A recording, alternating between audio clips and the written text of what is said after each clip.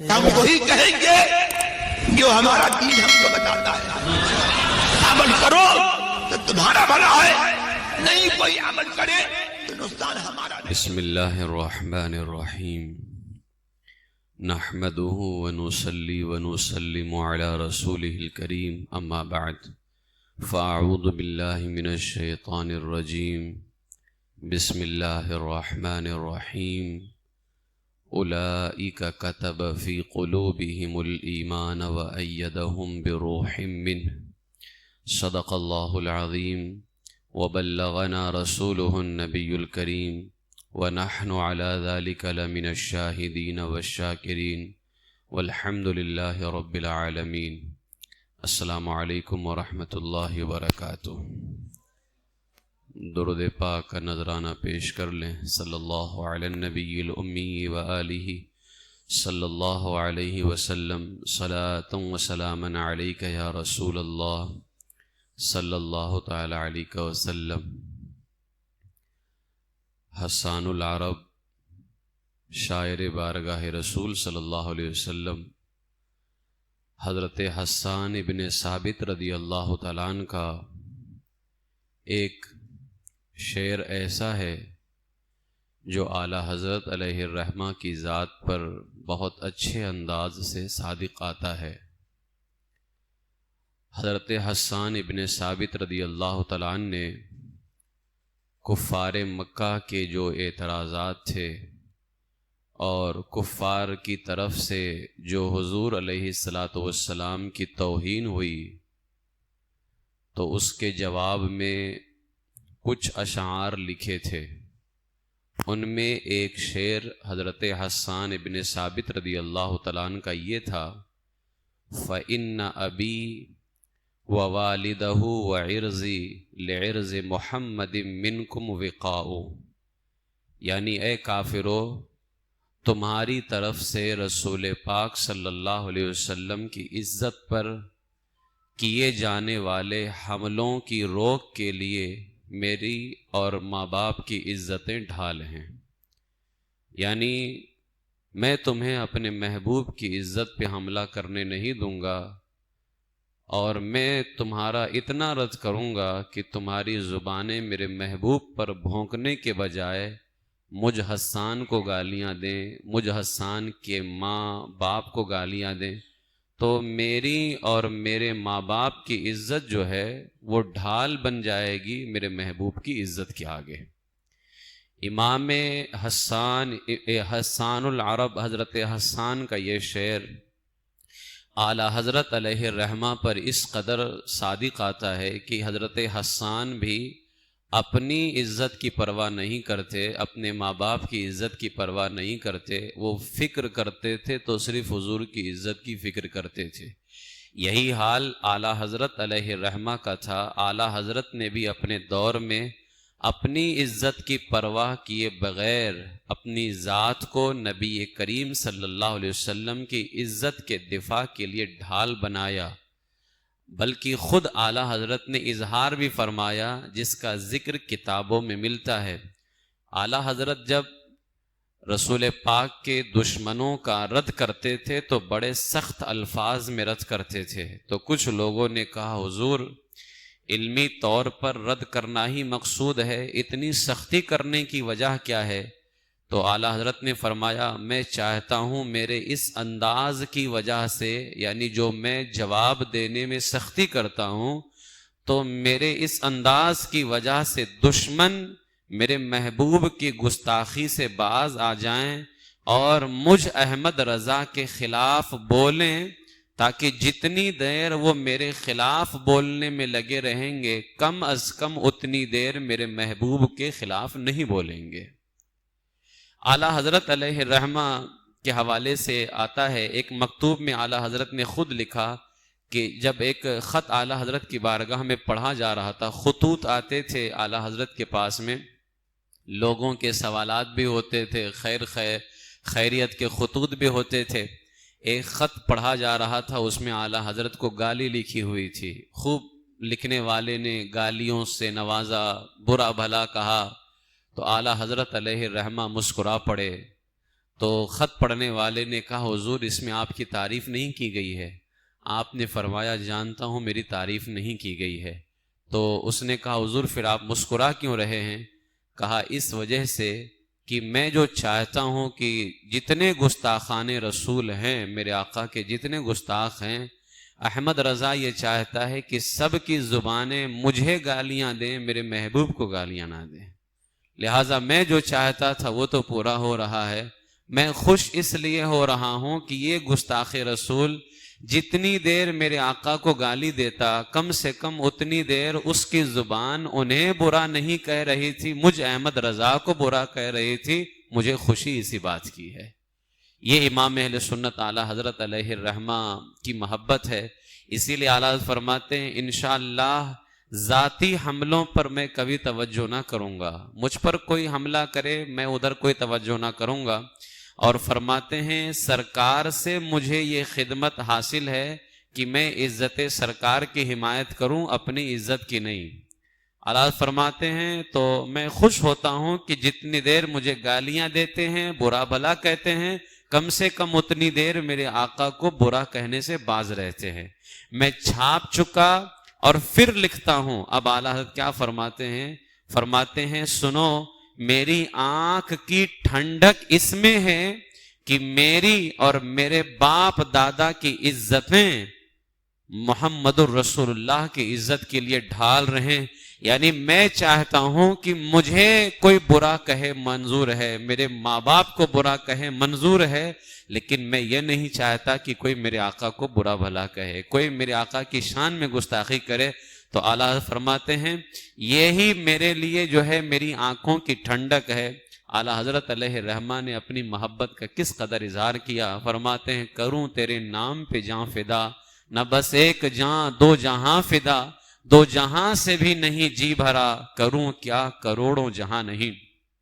امام اہل سنت اعلیٰ حضرت علیہ الرحمہ حضور علیہ الصلوۃ والسلام سے بے پناہ محبت فرماتے ہیں. ایک کلام اعلیٰ حضرت کا میں آپ کو سناتا ہوں اور اس کلام کا مطلب. اس کلام میں ویسے تو اعلیٰ حضرت کا ہر کلام جو ہے بڑا خوبصورت ہے، لیکن اس کلام کے اندر ایک ایک لفظ سے عشق رسول صلی اللہ علیہ وسلم کی خوشبو پھوٹتی ہے. ایک ایک لفظ سے محبت رسول صلی اللہ تعالی علیہ وسلم کے انوار ظاہر ہوتے ہیں. امام اہل سنت اعلیٰ حضرت علیہ رحمہ کا ایک کلام ہے، میں اس کو پیش کرتا ہوں اور اس کا مطلب بھی بتاؤں گا. دھیان سے سنیں، محبت کے ساتھ سنیں. جب ان کلاموں کو ہم پڑھتے ہیں تو ہمارے دل میں اتنی محبت پیدا ہوتی ہے، ہم سوچتے ہیں کہ جس احمد رضا نے یہ کلام لکھا ہے ان کے دل میں کتنی زیادہ محبت ہوگی. جب ہم پڑھ کر کے اتنے خوش ہو رہے ہوتے ہیں اور ہمارے دلوں میں حضور کی محبت پیدا ہو رہی ہوتی ہے تو پھر اعلیٰ حضرت کا حال کیا ہوگا. اعلیٰ حضرت علیہ الرحمہ کا یہ کلام ہے، ان کی مہک نے دل کے گنچے کھلا دیے ہیں، جس راہ چل گئے ہیں کوچے بسا دیے ہیں. اس کلام اس شعر میں دیکھیں، مہک کہتے ہیں بھینی بھینی خوشبو کو، گنچے کہتے ہیں کلی کو، اور بسا دیے یعنی خوشبودار. بسا کا معنی ہوتا ہے خوشبودار. اب اعلیٰ فرماتے ہیں ان کی مہک نے دل کے گنچے کھلا دیے ہیں، جس راہ چل گئے ہیں کوچے بسا دیے ہیں. یعنی حضور پاک صلی اللہ علیہ وسلم کے جسم پاک کی بھینی بھینی خوشبو نے دل کی کلی کو کھلا کر پھول بنا دیا ہے. حضور جس راستے سے تشریف لے جاتے تو گلی کوچوں میں آپ کی خوشبو بس جاتی تھی. صحابہ آپ کی خوشبو کو سونگھتے ہوئے آپ تک کے پہنچ جایا کرتے تھے. پھر فرماتے ہیں جب آ گئی ہیں جوش رحمت پہ ان کی آنکھیں، جلتے بجھا دیے ہیں روتے ہنسا دیے ہیں. یعنی حضور صلی اللہ علیہ وسلم کی مبارک آنکھوں میں جب رحم و کرم نے جوش مارا اور محبت الہی کا غلبہ ہوا تو جو عشق کی آگ میں جل رہے تھے، میرے آقا علیہ الصلوۃ والسلام کے عشق کی آگ میں، اعلیٰ فرماتے جلتے بجھا دیے ہیں. تو جو عشق کی آگ میں جل رہے تھے حضور نے اپنے دیدار سے انہیں سیراب کر دیا، اور جو گناہوں کو یاد کر کے رو رہے تھے حضور نے ان کی شفاعت کر کے ان کو ہنسا دیا ہے۔ ڈر تھا کہ عصیاں کی سزا اب ہوگی یا روز جزا، دی ان کی رحمت نے صدا، یہ بھی نہیں وہ بھی نہیں، جب آ گئی ہیں جوش رحمت پہ ان کی آنکھیں، جلتے بجھا دیے ہیں روتے ہنسا دیے ہیں۔ پھر فرماتے ہیں ایک دل ہمارا کیا ہے آزار اس کا کتنا، تم نے تو چلتے پھرتے مردے جلا دیے ہیں۔ آزار کا معنی ہوتا ہے مرض، اور جلانا، یہ جلانا کہتے ہیں نئی زندگی دینا۔ اب اس شعر کا مطلب یہ ہے، اے میرے آقا صلی اللہ تعالی علیہ وسلم، آپ کی مسیحائی کے سامنے آپ جب کسی کا علاج کرتے ہیں، آپ جب کسی کی مسیحائی فرماتے ہیں، اے میرے آقا صلی اللہ علیہ وسلم، آپ کی مسیحائی کے سامنے ہمارے ان بیمار دلوں کی بیماری کی کیا حقیقت ہے؟ یعنی آپ نے ہمارے بیمار دل کو زندہ کیا ہے، تو ہمارے بیمار دل کی بیماری کی حقیقت آپ کے علاج کے سامنے کیا ہے؟ آپ نے تو چلتے پھرتے مردوں کو زندہ کر دیا ہے۔ شفا شریف میں قاضی ایاز نقل کرتے ہیں کہ ایک شخص نے اپنی لڑکی کو زندہ کرنے کی درخواست کی، تو رسول پاک اس کی قبر پر تشریف لے گئے، لڑکی کو آواز دی، لڑکی نے قبر سے باہر نکل کر کے حضور کو سلام کیا، تو آپ نے فرمایا اے لڑکی، تیرے ماں باپ مسلمان ہو گئے ہیں، اگر تو ان کے پاس اس دنیا میں رہنا چاہتی ہے تو رہ۔ تو اس لڑکی نے کہا مجھے دنیا پسند نہیں، میں نے اپنے رب کو ماں باپ سے زیادہ مہربان پایا ہے۔ تو اعلیٰ حضرت واقعے کی طرف اشارہ فرماتے ہیں، ایک دل ہمارا کیا ہے آزار اس کا کتنا، یا رسول اللہ تم نے تو چلتے پھرتے مردے جلا دیے ہیں۔ پھر فرماتے ہیں ان کے نثار کوئی کیسے ہی رنج میں ہوں، جب یاد آ گئے ہیں سب غم بھلا دیے ہیں۔ یعنی میرے آقا حضور سید عالم صلی اللہ تعالی علیہ وسلم کے بارے میں فرماتے ہیں کہ ہم اپنے آقا و مولا پر کیوں نہ قربان ہوں، ہم ان پر کیوں نہ قربان ہوں، ہم کتنے ہی شدید رنج و غم میں مبتلا کیوں نہ ہوں، جب ان کی یاد آ گئی تو سارے غم دور ہو جاتے ہیں۔ تو لوگوں تم یہ کہتے ہو کہ انہیں یاد کیوں کرتے ہو، ان کا اتنا ذکر کیوں کرتے ہو؟ اللہ فرماتے ہیں کیوں نہ کریں، ہمارے پاس غم ڈیرے ڈال کے ہوتے ہیں، ہمارے پاس چاروں طرف سے غم آ رہے ہوتے ہیں۔ حضرت عبداللہ کا پاؤں سوج گیا، فاروق اعظم کے بیٹے کا، تو ایک صحابی نے کہا جس کو سب سے زیادہ محبت کرتے ہو اس کو یاد کرو۔ حضرت عبداللہ کا پاؤں سوجا ہوا تھا، درد ہو رہا تھا، آپ نے فرمایا یا محمدہ، جیسے ہی حضور کو یاد فرمایا کہتے ہیں میرے پاؤں کا درد ختم ہو گیا۔ تو اللہ فرماتے ان کے نثار کوئی کیسے ہی رنج میں ہو، جب یاد آ گئے ہیں سب غم بھلا دیے ہیں۔ پھر اعلیٰ حضرت فرماتے ہیں ہم سے فقیر بھی اب پھیری کو اٹھتے ہوں گے، اب تو غنی کے در پر بستر جما دیے ہیں۔ یہاں پھیری کہتے ہیں نا چکر لگانا، تو اعلیٰ فرماتے ہیں ہم جیسے فقیر اب بھیک مانگنے کب اٹھنے والے ہیں؟ یعنی بھیک کون مانگتا ہے؟ اگر کسی کو ایک دروازے پر کم ملے تو دوسرے دروازے پر جاتا ہے، دوسرے پہ کم ملے تو تیسرے پہ جاتا ہے۔ اعلیٰ حضرت علیہ الرحمہ فرماتے ہیں ہم نے تو ایسے دروازے پر بھیک مانگی ہے، واہ کیا جود و کرم ہے شہ بتہا تیرا، نہیں سنتا ہی نہیں مانگنے والا تیرا، کون دیتا ہے دینے کو منہ چاہیے، دینے والا ہے سچا ہمارا نبی۔ اعلیٰ فرماتے ہیں ہم نے تو اس دروازے پہ بھیک مانگی ہے، کہتے ہیں اب ہم جیسے فقیر جن کو سب کچھ مل گیا ہے، دنیا بھی مل گئی ہے، آخرت بھی مل گئی ہے، اب کیا ہم جیسے فقیر بھی بھیک مانگنے کے لیے کہیں اور جائیں گے؟ اعلیٰ فرماتے ہیں نہیں، فرماتے ہیں ہم سے فقیر بھی اب پھیری کو اٹھتے ہوں گے، اب تو غنی کے در پر بستر جما دیے ہیں۔ یعنی ہم جیسے فقیر اب بھیک مانگنے کب اٹھنے والے ہیں؟ ہم نے اب غنی کے دروازے پر یعنی مالدار محمد عربی کے دروازے پر بستر لگا دیا ہے۔ تو ہمارا بستر کہیں اور نہیں لگا ہے، ہماری بیٹھک کہیں اور نہیں ہے، محمد عربی کے دروازے پر ہے، لہٰذا جو ان کے دروازے پر چلا جاتا ہے تو وہ کہیں اور اسے مانگنے کی ضرورت پیش نہیں آتی ہے۔ امام اہل سنت اعلیٰ حضرت نے اسی کا اظہار فرمایا۔ پھر اعلیٰ حضرت علیہ رحمہ ایک شعر ہے بڑا ہی خوبصورت، اس کلام کے اندر وہ شعر اعلیٰ حضرت فرماتے ہیں، آنے دو یا ڈبو دو اب تو تمہاری جانب، کشتی تمہیں پہ چھوڑی لنگر اٹھا دیے ہیں۔ میں اس کلام کی تشریح ابھی اخیر میں، کیونکہ اس کلام کی 3 طرح سے تشریح ہوتی ہے، میں اس کلام کی تشریح کروں گا۔ اس کے بعد میں قیامت کا ایک منظر کھینچتے ہوئے اعلیٰ حضرت علیہ رحمٰ نے بہت ہی خوبصورت شعر فرمایا، دولہا سے اتنا کہہ دو پیارے سواری روکو، مشکل میں ہیں براتی پرخار بادیے ہیں۔ اب اس میں ایک جو ہے اشعار کیا کیا، براتی کا لفظ ہے، براتی یعنی امتی، اور پرخار کہتے ہیں کانٹوں سے بھرا ہوا ہو اس کو پرخار کہتے ہیں، اور بادیہ کہتے ہیں جنگل کو۔ مطلب کیا ہے، اے میرے آقا صلی اللہ علیہ وسلم، آپ تو میدان محشر کے دولہا ہیں، میدان محشر کے دولہا ہیں حضور صلی اللہ علیہ وسلم۔ اسی لیے علامہ حامد رضا اعلیٰ حضرت کے بڑے بیٹے نے فرمایا، گناہ گاروں کا روز محشر شفیع خیر الانام ہوگا، دلہن شفاعت بنے گی، دولہا نبی علیہ السلام ہوگا۔ تو حضور کل قیامت کے دن دولہا ہوں گے۔ اعلیٰ حضرت فرماتے ہیں دولہا سے اتنا کہہ دو پیارے سواری روکو، یعنی میدان محشر کے دولہا ہمارے آقا کو یہ پیغام پہنچا دو، اے میرے پیارے آقا آپ اپنی سواری کو روک لیں۔ آخر کیوں اعلیٰ حضرت کیوں فرماتے ہیں کہ اے دولہا اپنی سواری کو روک لیں؟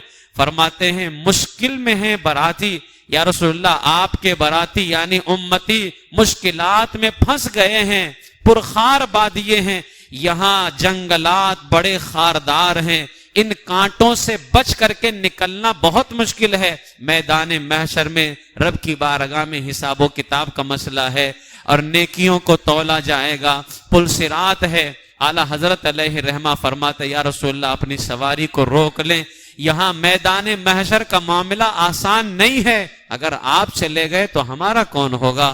تو امام اہل سنت فرماتے ہیں دولہا سے اتنا کہہ دو پیارے سواری روکو، مشکل میں ہیں براتی پرخار بادیے ہیں۔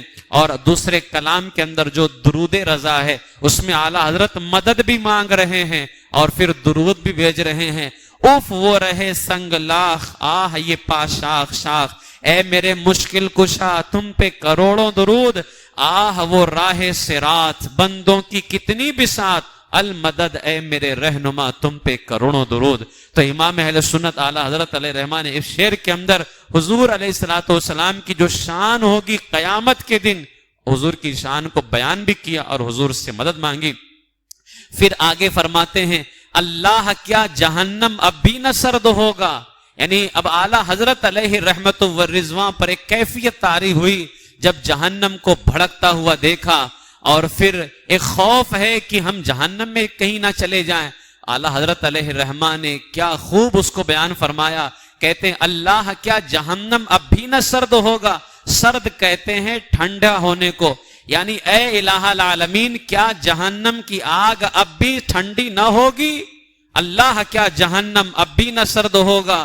رو رو کے مصطفیٰ نے دریا بہا دیے ہیں، یعنی حضور نے راتوں کو رو رو کر کے ہم گنہگاروں کے لیے بخشش کی دعا کی ہے۔ اے اللہ اگر ہماری دعائیں اس لائق نہیں، ہمارے آنسو اس لائق نہیں کہ جہنم کی آگ کو بجھا سکیں، یقیناً ہمارے آنسو اس لائق نہیں ہے۔ میرے اعمال کا بدلہ تو جہنم ہی تھا، میں تو جاتا میرے سرکار نے جانے نہ دیا، میرے آنسو اس لائق نہیں ہے کہ جہنم کی آگ کو بجھا سکیں، لیکن اے میرے مولا تیرے محبوب کے آنسو تو اس لائق ہیں نا کہ وہ جہنم کی آگ کو بجھا دیں۔ تو اعلیٰ فرماتے ہیں اللہ کیا جہنم اب بھی نہ سرد ہوگا؟ رو رو کے مصطفیٰ نے دریا بہا دیے ہیں۔ یہ امام اہل سنت اعلیٰ حضرت علیہ رحمٰ نے جو ہے حضور سے محبت کا اظہار کیا۔ پھر فرماتے ہیں میرے کریم سے گر قطرہ کسی نے مانگا، دریا بہا دیے ہیں، در بے بہا دیے ہیں۔ اب اعلیٰ حضرت جب دنیا میں بھی مانگ رہے ہیں، آخرت میں بھی مانگ رہے ہیں، اور جب ملا تو اعلیٰ کیا فرماتے میرے آقا کی شان یہ ہے اگر ان سے کوئی تھوڑی سی چیز مانگ لے تو حضور علیہ الصلوۃ والسلام اس کو کتنا عطا کرتے ہیں؟ فرمایا میرے آقا علیہ الصلوۃ والسلام بے بہا دریا بہا دیے. یعنی یہاں پر بہت سارے اس کو در بے پڑھتے ہیں، در نہیں ہے، وہ در الگ ہے اور بے بہا الگ ہے. بے بہا یعنی بہت زیادہ، اور در کا معنی ہوتا ہے موتی، جواہرات، یہ سب آتے ہیں. یعنی حضور علیہ السلام سے جب کسی نے مانگا تو حضور نے اس کو بہت زیادہ عطا کیا ہے، بہت ہی زیادہ عطا فرمایا. بلکہ حضور کو گرفتار کرنے والے آنے والے سراقہ ابن مالک، جو بعد میں حضرت سراقہ بن گئے، جب سراقہ ابن مالک گرفتار کرنے آئے تو حضور علیہ الصلوۃ والسلام نے انہیں کسرا کے کنگن پہنا دیے. تو جس نے مانگا میرے آقا علیہ الصلوۃ والسلام نے اس کے مانگنے سے زیادہ اسے عطا فرمایا. اعلیٰ حضرت فرماتے ہیں ہم بھکاری وہ کریم، ان کا خدا ان سے فزوں، اور نہ کہنا نہیں عادت رسول اللہ کی. علماء فرماتے ہیں کہ حضور کی زبان پر کبھی بھی لفظ لا نہیں آیا. لا عربی زبان کا لفظ ہے، یعنی نہیں. اگر کلمہ طیبہ کو حضور نے پڑھا تو وہیں پر لا ادا کیا، لا الہ الا اللہ. کلمہ طیبہ کے علاوہ لفظ لا حضور نے کبھی ادا نہ فرمایا. جس نے حضور سے مانگا میرے آقا علیہ الصلوۃ والسلام نے اس کے مانگنے سے زیادہ اسے عطا فرمایا ہے. تو اللہ فرماتے میرے کریم سے گر قطرہ کسی نے مانگا دریا بہا دیے ہیں، دربے بہا دیے ہیں. اچھا اب یہ کلام تھا، کتنا خوبصورت اور عشق سے بھرا ہوا کلام ہے. ہم پڑھیں سنیں تو اتنا لطف آئے. امام احمد رضا تمہارے عشق رسول کا تو اندازہ ہی نہیں لگا سکتے ہیں، تمہاری محبت رسول کا تو کوئی جواب نہیں ہے. اعلیٰ حضرت نے یہ کلام لکھا.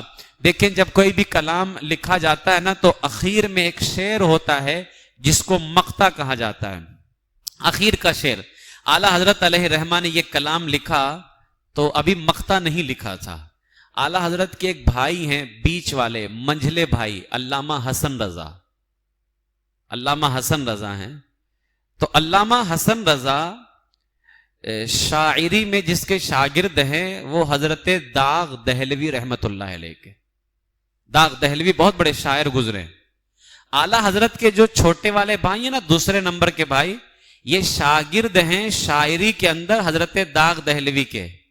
علامہ حسن رضا جب نعت شریف لکھتے تھے نا، کئی نعتیں جمع ہو جاتی تھیں تو اپنے بیٹے مولانا حسنین رضا کے ہاتھ میں حضرت داغ دہلوی کے پاس بھیجتے تھے دلی میں اصلاح کرانے کے لیے. علامہ حسن رضا بھیجتے تھے کہ جاؤ داغ دہلوی سے میرے ان نعتوں پر اصلاح کرا کر کے لے کر کے آؤ، وہ اصلاح کر دیں. ایک مرتبہ کا واقعہ یہ ہوا کہ استاذ زمن علامہ حسن رضا کا کچھ کلام لے کر کے مولانا حسنین رضا خان دلی جا رہے تھے. اعلیٰ حضرت نے پوچھا کہاں جا رہے ہو؟ مولانا حسنین رضا خان جو اعلیٰ حضرت کے بھتیجے ہیں، انہوں نے کہا کہ ابا جان کا کلام لے کر کے حضرت داغ دہلوی استاذ کے پاس جا رہا ہوں چیک کرانے کے لیے. اعلیٰ حضرت علیہ رحمہ اس وقت یہی نعت پاک لکھ رہے تھے، ان کی مہک نے دل کے گنچے کھلا دیے ہیں، جس راہ چل گئے ہیں کوچے بسا دیے. جو بھی میں نے کلام پیش کیا ہے یہی کلام اعلیٰ حضرت لکھ رہے تھے. مقطع نہیں لکھا تھا، آخری شعر اعلیٰ حضرت نے نہیں لکھا تھا. اعلیٰ حضرت نے فرمایا اچھا جا ہی رہے ہو، چند اشعار میں نے لکھے ہیں، ابھی مقطع نہیں لکھا ہے، لے جاؤ داغ دہلوی سے کہنا کہ وہ بھی دیکھ لیں. داغ دہلوی سے کہنا کہ وہ بھی دیکھ لیں، میں نے ابھی مقطع نہیں لکھا ہے. ان کی مہک نے دل کے گنچے کھلا دیے ہیں، جس راہ چل گئے ہیں کوچے بسا دے. پورا کلام لکھا اعلیٰ حضرت نے اور فرمایا کہ لے جاؤ یہ میرا کلام بھی چھے. اعلیٰ حضرت کی عاجزی کو دیکھیں نا، کون اعلیٰ حضرت کا مقابلہ کر سکتا ہے شاعری میں؟ لیکن فرمایا کہ لے جاؤ میرا کلام چیک کرا لینا داغ دہلوی سے.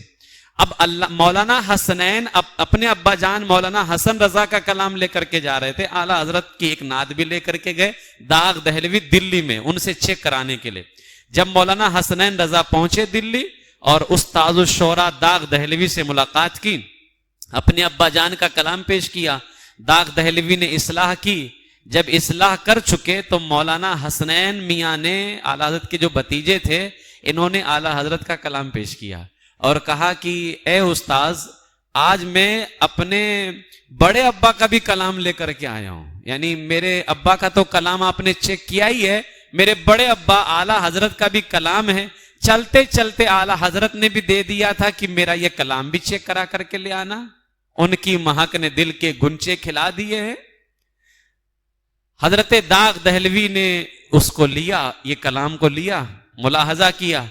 مولانا حسنین میاں، اب میں نے ابھی آپ کے سامنے یہ شعر بیان کیا، یہ میں اپنے کم علمی کی بنیاد پر، جاہل آدمی تو جتنا جانتا اتنا بتایا، لیکن اس کی حقیقت میں کیا مراد ہے وہ تو امام احمد رضا جانے، اور جس محبوب کی شان میں بیان کر رہے تھے وہ محبوب جانے۔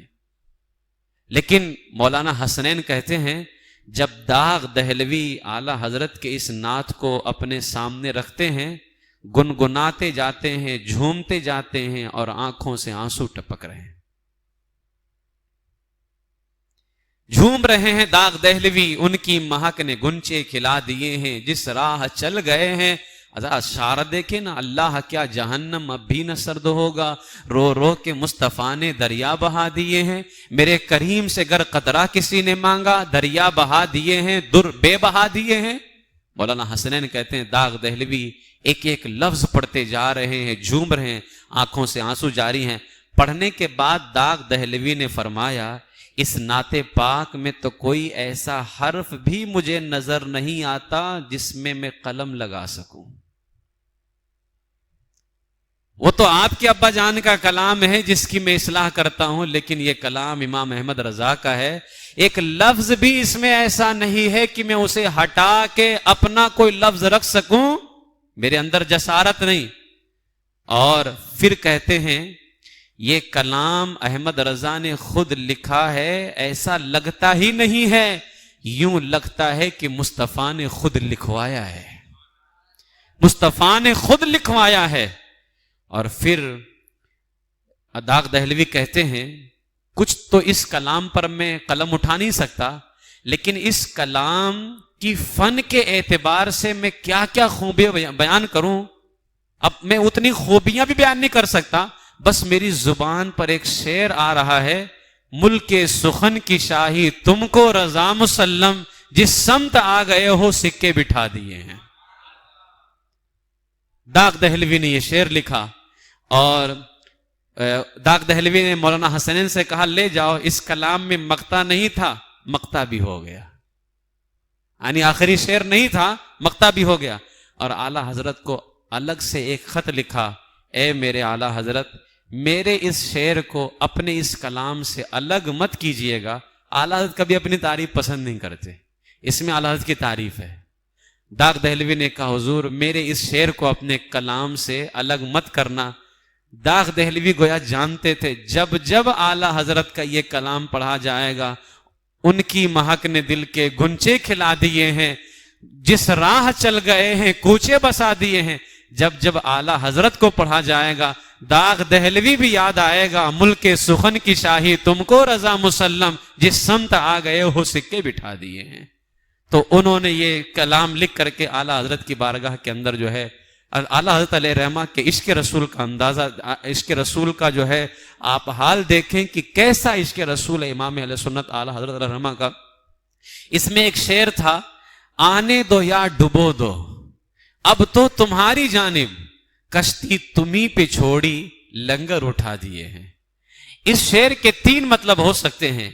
ایک تو مطلب یہ بیان کیا جاتا ہے کہ اعلیٰ حضرت علیہ رحمہ سفر حج کے لیے جا رہے تھے، سمندر میں طوفان آیا اور کشتی ہچکولے کھانے لگی، تو کشتی والے گھبرا گئے اور انہوں نے کہا کہ اب کیا ہوگا۔ اعلیٰ حضرت سے کہا گیا، اعلیٰ حضرت سے مریدوں نے جب کہا حضور دعا فرمائیں، آپ نے فرمایا گھبراؤ نہیں، کچھ نہیں ہوگا، گھبراؤ مت، کچھ نہیں ہوگا۔ لیکن طوفان تھمنے کو نام نہیں لیتا ہے، کشتی اور ہچکولے کھانے لگی۔ جب 2-3 مرتبہ مریدین کا اصرار بڑھا، اعلیٰ حضرت سے بار بار کہتے رہے حضور دعا فرمائے، حضور دعا فرمائے۔ جب بار بار کہا گیا تو سفر کدھر کا تھا؟ مدینے کا تھا، مکے کا نام تک نہ لیا، طیبہ ہی کہا۔ پوچھا تھا ہم سے جس نے کہ نہضت کدھر کی ہے، اب جدھر جا رہے تھے اب جوش عشق میں فرمایا حضور کی بارگاہ کی طرف لو لگا کر کے، آنے دو یا ڈبو دو اب تو تمہاری جانب، کشتی تمہیں پہ چھوڑی لنگر اٹھا دیے ہیں۔ لنگر کہتے ہیں رسا کو. آپ دیکھتے ہوں گے جب کہیں سمندر میں کشتی کو روکنا ہوتا ہے تو اس میں ایک بڑا سا رسا ہوتا ہے, اس کو پھینک دیا جاتا ہے اور کشتی وہاں رک جایا کرتی ہے. اعلیٰ فرماتے اب رسی تو اٹھی ہوئی ہے, کشتی اپنے آپ میں نہیں ہے, یا رسول اللہ آنے دو یا ڈبو دو, اب تو تمہاری جانب ہے, کشتی تمہیں پچھوڑی, لنگر اٹھا دیے ہیں. ایک مطلب اس کا یہ بیان کیا جاتا ہے. دوسرا یہ بیان کیا جاتا ہے کہ اعلیٰ حضرت جب گجرات کے سورت ساحلی علاقے سے جب بندرگاہ سے نکلے اور جیسے ہی کشتی میں بیٹھے اور کشتی والے نے رسا کھولا یعنی رسا اٹھا دیا اور چلنے لگے, اعلیٰ حضرت علیہ الرحمہ کو قرآن مقدس کی وہ آیت کریمہ یاد آ گئی, وَلَوْ أَنَّهُمْ إِذْ ظَلَمُوا أَنفُسَهُمْ جَاءُوكَ فَاسْتَغْفَرُوا اللَّهَ. جب جرم کر لو میرے محبوب کے پاس آ جاؤ, میرا محبوب جب تمہارے لیے مغفرت کی دعا کرے گا میں بھی تمہیں بخش دوں گا.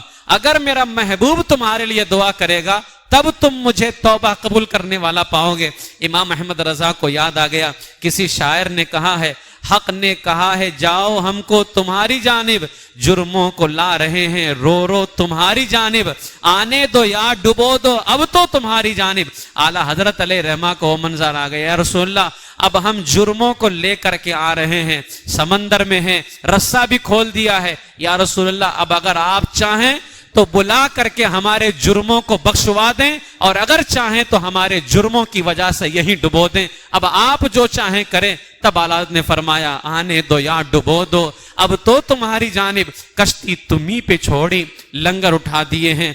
اور ایک مطلب اس کا علماء نے یہ بیان فرمایا کہ اعلیٰ حضرت علیہ الرحمہ نے حضور کی بارگاہ میں کہا, یا رسول اللہ یہ جو ہماری زندگی ہے نا, یہ زندگی بھی ایک کشتی ہے اور یہ جو دنیا ہے یہ سمندر ہے. یا رسول اللہ ہم نے زندگی کی کشتی کو دنیا کے سمندر میں چلا دی ہے, رسا بھی کھول دیا ہے, اب آپ کی مرضی ہے رستے میں رکھیں ہمیں یا شفاعت کرا کے جنت میں لے چلیں. اسی لیے دوسرے مقام پہ اعلیٰ نے فرمایا میں مجرم ہوں آقا, مجھے ساتھ لے لو کہ رستے میں ہیں جا بجا تھانے والے. تو اعلیٰ فرماتے یا رسول اللہ میں تو زندگی کی کشتی کو دنیا کے سمندر میں چلا چکا ہوں اور رسا بھی کھول چکا ہوں. یا رسول اللہ اب آپ کی مرضی, چاہو تو رستے میں رکھو یا بخشوا کر کے اور اپنے ساتھ جو ہے اپنی شفاعت ہماری شفاعت کرا کر کے ہمیں جنت میں لے چلیں. میرے آقا امام اہل سنت اعلیٰ حضرت علیہ الرحمہ کا یہ عشق رسول کتنا نرالا ہے اور کس قدر جو ہے امام اہل سنت اعلیٰ حضرت علیہ الرحمہ کی محبت ہے. پوری زندگی اعلیٰ حضرت نے اسی طرح سے عشق کیا, اور جب آخری وقت امام اہل سنت کا آیا تو اعلیٰ حضرت علیہ الرحمہ جو نصیحت فرماتے ہیں وہ بھی عشق رسول کے حوالے سے. اعلیٰ حضرت نے فرمایا جس شخص سے اللہ و رسول کی شان میں تھوڑی بھی توہین پاؤ, یعنی جب تم دیکھو کہ کوئی اللہ اس کے رسول کی شان میں تھوڑی سی بھی توہین کر رہا ہے, اعلیٰ فرماتے ہیں پھر وہ تمہارا کیسا ہی پیارا کیوں نہ ہو فوراً اس سے جدا ہو جاؤ. جس کو بارگاہ رسالت میں ذرا بھی گستاخی کرتے دیکھو پھر وہ تمہارا کیسا ہی بزرگ معظم کیوں نہ ہو, اپنے اندر سے اسے دودھ سے مکھی کی طرح نکال کر کے پھینک دو. یہ امام اہل سنت اعلیٰ حضرت علیہ الرحمہ کا عشق رسول ہے. اعلیٰ حضرت علیہ الرحمہ کا یہی عشق رسول اعلیٰ حضرت کو ممتاز کرتا ہے. اعلیٰ حضرت کو یہی عشق رسول بلندی کے مقام تک پہنچاتا ہے. بڑی محبت تھی امام اہل سنت اعلیٰ حضرت علیہ الرحمہ کو حضور سید عالم صلی اللہ تعالیٰ علیہ وسلم سے, اور صرف ان سے محبت نہیں بلکہ انہیں جو جو محبوب چیزیں تھیں اعلیٰ حضرت ان سے بھی محبت فرمایا کرتے, ان سے بھی حد درجے کی محبت فرمایا کرتے.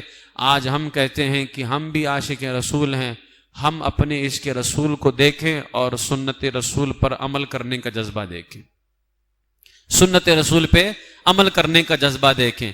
امام اہل سنت اعلیٰ حضرت علیہ الرحمہ جیسا عاشق رسول لے کر کیا. صحیح معنوں میں عاشق رسول تو وہی تھے, زندگی میں ایک سنت بھی نہ چھوٹی. اعلیٰ حضرت علیہ الرحمہ نے ایک سنت پر اس طرح سے عمل کیا کہ دنیا حیران ہو گئی, دیکھنے والوں کی عقلیں دنگ ہو گئیں. اعلیٰ حضرت علیہ الرحمہ ایک دعوت میں تشریف لے کر کے گئے. جب دعوت میں تشریف لے کر کے گئے تو سب کچھ اعلیٰ حضرت کا سنت کے مطابق ہوتا تھا. اعلیٰ حضرت علیہ رحمہ بلائے گئے، دعوت میں کھانا لگا دیا گیا، سب کو اعلیٰ حضرت کے کھانے کا شروع کرنے کا انتظار تھا کہ اعلیٰ حضرت شروع کریں تو ہم بھی شروع کریں گے، سب انتظار میں تھے۔ اعلیٰ حضرت علیہ رحمہ نے کیا کیا، جو کھانے لگے ہوئے تھے ان میں ککڑیوں کا ایک تھال تھا، ککڑی اس میں کاٹ کر کے رکھا گیا تھا۔ اب ککڑی میرے آقا علیہ السلام کی سنت ہے، حضور کھایا کرتے تھے، تو اعلیٰ حضرت نے جو وہ ککڑی کاٹ کر کے رکھا گیا تھا، اعلیٰ حضرت نے اس میں سے ایک اٹھایا، کیونکہ سب انتظار میں تھے اعلیٰ حضرت شروع کریں تو ہم بھی شروع کریں گے۔ اعلیٰ حضرت نے ایک ککڑی اٹھا کر کے کھائی نا، تناول کی، پھر دوسری اٹھائی، اس کو بھی کھایا، تیسری۔ اب دیکھا دیکھی لوگوں نے بھی ککڑی کی طرف اپنے ہاتھ بڑھائے کہ اعلیٰ حضرت نے کھایا، ہم بھی برکت کے لیے کھائیں۔ اعلیٰ حضرت نے سب کو روک دیا، سب کو روک دیا اور فرمایا ساری ککڑیاں میں کھاؤں گا، ساری ککڑیاں میں کھاؤں گا۔ سب اعلیٰ حضرت نے ککڑیاں ختم کر دی۔ جو حاضرین تھے وہ تعجب میں پڑ گئے کہ اعلیٰ حضرت تو بہت کم غذا استعمال کرتے ہیں، آج اتنی ساری ککڑیاں کیسے تناول فرما گئے؟ لوگوں نے پوچھا حضور کیا بات ہے، آپ تو اتنا کم کھاتے ہیں، پھر ساری ککڑیاں آپ خود کھا گئے؟ اعلیٰ حضرت کا جواب سنیں۔ اعلیٰ حضرت فرماتے ہیں جب میں نے پہلی قاش یعنی ایک حصہ اٹھایا نا تو وہ کڑوی تھی، اس کے بعد دوسری تیسری میں اس کو اٹھاتا گیا، کڑوی تھی، لہٰذا میں نے دوسروں کو روک دیا کہ ہو سکتا ہے کوئی صاحب ککڑی منہ میں ڈالیں انہیں کڑوی لگے اور کڑوی پا کر کے تھو تھو کہنا شروع کر دیں۔ چونکہ ککڑی میرے آقا کی سنت ہے، احمد رضا کو گوارا نہ ہوا کہ کوئی حضور کی سنت کو تھو تھو کہے ہو، اس لیے میں نے پوری کڑوی ککڑی کھا لی، صرف اس بنیاد پر کہ اگر کسی نے اسے کھایا ہو سکتا ہے وہ کڑوی محسوس کرے اور پھر اس کو منہ سے نکالے تھو تھو کہتے ہوئے، جبکہ وہ میرے آقا علیہ السلام کی سنت ہے۔ یہ میرے آقا سیدی سرکار اعلیٰ حضرت علیہ رحمہ کا عشق رسول ہے۔ کیا بات کریں ہم ان کے عشق رسول کی، پوری زندگی بھی اگر اعلیٰ حضرت کے عشق رسول کی بات کی جائے تو وہ بات ختم نہیں ہو سکتی ہے۔ عشق رسول کا ایسا باغ سجایا ہے اعلیٰ حضرت نے، وہ باغ آج بھی بڑھتا جا رہا ہے اور صبح قیامت تک بڑھتا رہے گا۔ اعلیٰ حضرت علیہ رحمہ نے عشق رسول کی جو خوشبو دنیا میں بکھیری ہے اور عشق رسول کی خوشبو کو جو امام احمد رضا نے دنیا بھر کے سنی مسلمانوں کو عطا کیا ہے، آج بھی سنی مسلمان اس عشق رسول کی خوشبو کو محسوس کرتے ہیں۔ لہٰذا الحمدللہ اللہ کا ہم شکر ادا کرتے ہیں کہ اللہ نے ہمارے ہاتھ میں ایک سچے عاشق رسول کا دامن عطا فرمایا ہے۔ ہم دعا کرتے ہیں کہ اللہ تعالی ہمارے ہاتھ میں امام احمد رضا کا دامن سلامت رکھے، ڈال دی قلب میں عظمت مصطفیٰ سیدی اعلیٰ حضرت پہ لاکھوں سلام، وآخر دعوایا ان الحمدللہ رب العالمین۔